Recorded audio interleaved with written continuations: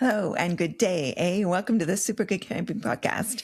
My name is Pamela. I'm still Tim. And we're here from supergoodcamping.com.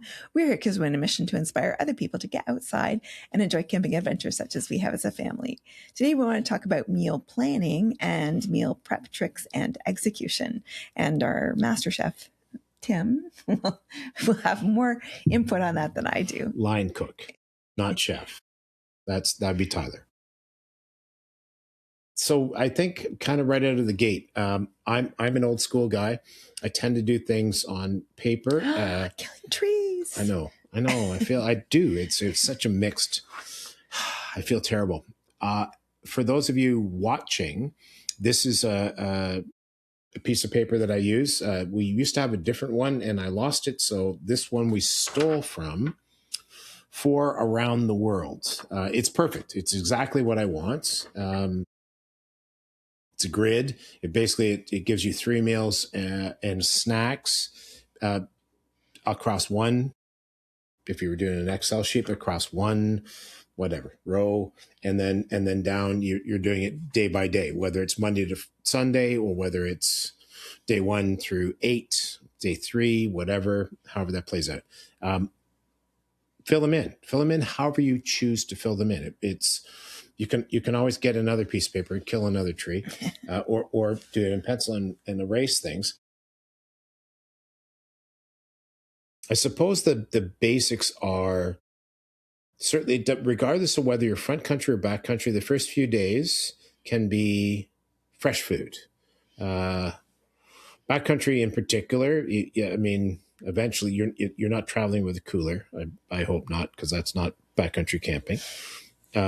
Although you can get a small insulated bag if you, Andy from Recreational Barrel Works sells them for the barrels. We'll get to insulating things. You can plan for anywhere between backcountry. You can plan for minimum of a day and a half if you freeze everything beforehand. Easily get 3 days. Thomas and I have done 3 solid days of backcountry fresh meals. You could stagger that out a little bit longer, probably by doing like smoked meats, sausages, smoked cheeses, doing tortilla wraps, that kind of a deal, like making sort of sandwich things. So you could stretch it out even longer. Eventually, you'll get into backcountry. Eventually, you'll get into dehydrated or freeze-dried meals. Car camping can be fresh. Actually, you can do car camping because we've done that way more. So yeah, car camping in terms of fresh. So by fresh, we mean it can be frozen food, but it's not dehydrated or freeze dried food. So it might be frozen veggies, and it might be frozen fish, and it might be frozen chicken breasts. But then over the course of the week, if you're there, you're timing things and expecting that it's going to thaw by the time you're going to use it on Wednesday or whatever. So we've done all kinds of things. So Tim's pre-prepared ribs, and we've had ribs just reheated over the barbecue. We've done cedar plank salmons. We've done trout same. We've done fish wrapped in foil, just thrown in the fire to cook it. Same with lobster tails. We've done thrown in the fire. So you can potatoes are great in the fire because it takes a while to do potatoes. Wrap it up in some foil, slice it, throw some butter in there, or whatever chives, what have you, wrap it up in foil, throw it in the fire, and go back to doing all your other stuff for the next half hour, 40 minutes. So yeah, Tim has said you want to layer things in your cooler so that if your Monday food is if Monday's your first day, that's at the top of the cooler. Your last day food is going to be at the bottom of the cooler because you're going to work your way down through the layers. And you want that stuff at the bottom to stay frozen for longer so that they're staying frozen until Thursday, Friday. It has to be a good cooler. Like, it can't be a crappy cooler. It's not going to keep stuff properly frozen. We've got ones that are not so hot for that, but we've got really good Coleman coolers that are good at keeping. Yeah, we have some smaller, like 3-day coolers. Yeah. We've got some badass Colemans that hold enough to feed it, small army, and we'll keep them frozen 4 or 5 days. And we'll take up a good part of your back seat too. So you have to You have to figure that in. That's That's budgeting as part of it for your planning as well. And then Tim has suggested too having a separate cooler that might have drinks in it, because that might be one that's accessed more frequently, so that you want to have that if it's being open and closed. You don't want your food that's in that one being thawed too soon. Yeah, that's the big win for any kind of a cooler. The less you open it, the less that the stuff inside melts, or the slower that it melts. A block of ice is going to stay solid longer than ice cubes. Absolutely. So, if we're going to get into that, so on that note, you can do there's a number of things here. You can do bags of water and freeze them yourself, Ziplocs, and then once they turn it back into water, and you sort of use them to keep the ingredients in your cooler frozen and then cold and then not anymore, you can just unlock the bag and dump the water out. So you're not carrying weight around, and it works both sides. Works well for car camping, works extremely well for backcountry. Whatever those meal plans are, what are the ones we used to use where you ordered it and they would give you a box of things? Good food. Okay, fine. So they send bags. They now send bags of water that are frozen. I throw them in the freezer, and we used to take gel packs and stuff like that, right? We don't anymore. We take those because at the end of the day, especially backcountry, if you're going to take a few meals in, especially if you're trying to head towards that 3-day, I'm telling you, 3-day fresh food at 3 days is so awesome in the backcountry. Try for that, man. But we take them and you just slice them open and poof. Or if it's a Ziploc, you open it, but if the plastic, you just slice it open, and you're not carrying all that weight anymore, which is a big thing for backcountry. If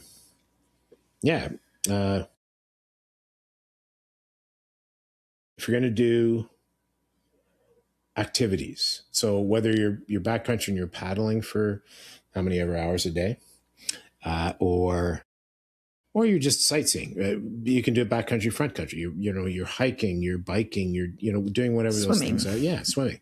So as a general rule,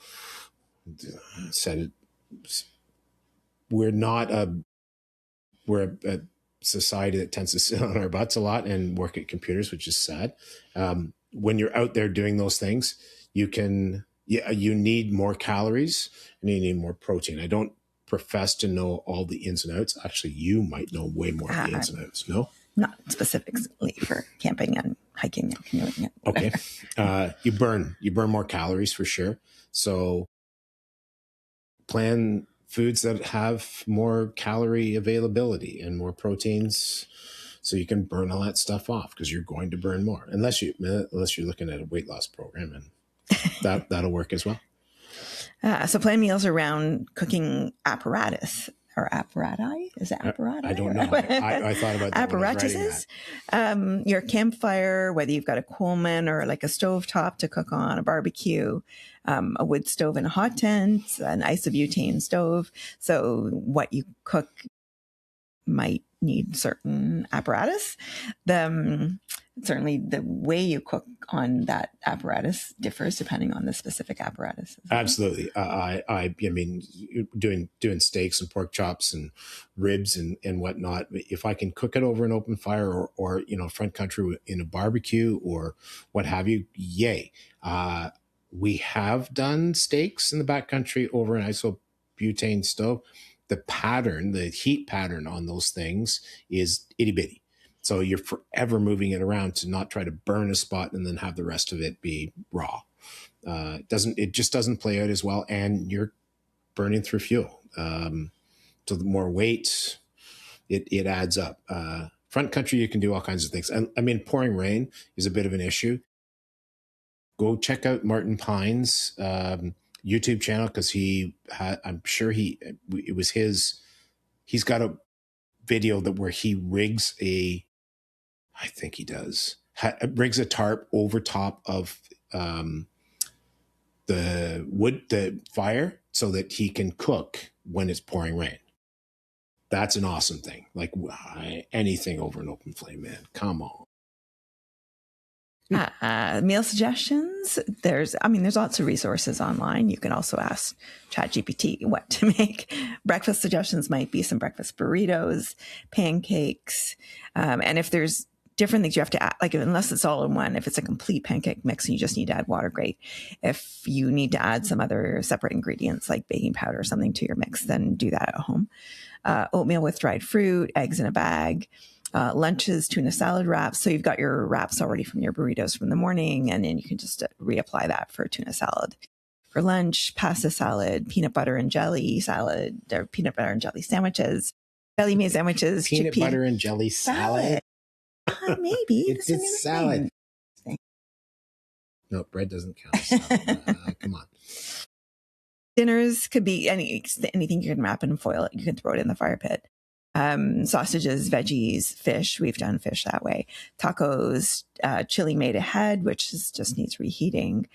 And a lot of people would do just hot dogs and hamburgers. Like that's absolutely, that's a pretty easy. Go easy. Don't spend all day. There are days where you do spend some time laboring over the fire or over the, your Coleman cook stove. Don't do it all the time. To get out there and do some of that hiking and biking with the kids. Snacks, hummus and veggies, trail mix, fruit, cheese string. The trail mix is something that, like stuff like that the kids can grab and take with them. And then desserts, if you want to be really special. Banana boats, which is like bananas. You can put chocolate chips and marshmallows and you melt it in the fire and that's pretty yummy. Campfire apple crisp and s'mores. S'mores were like our evening snack often over the fire.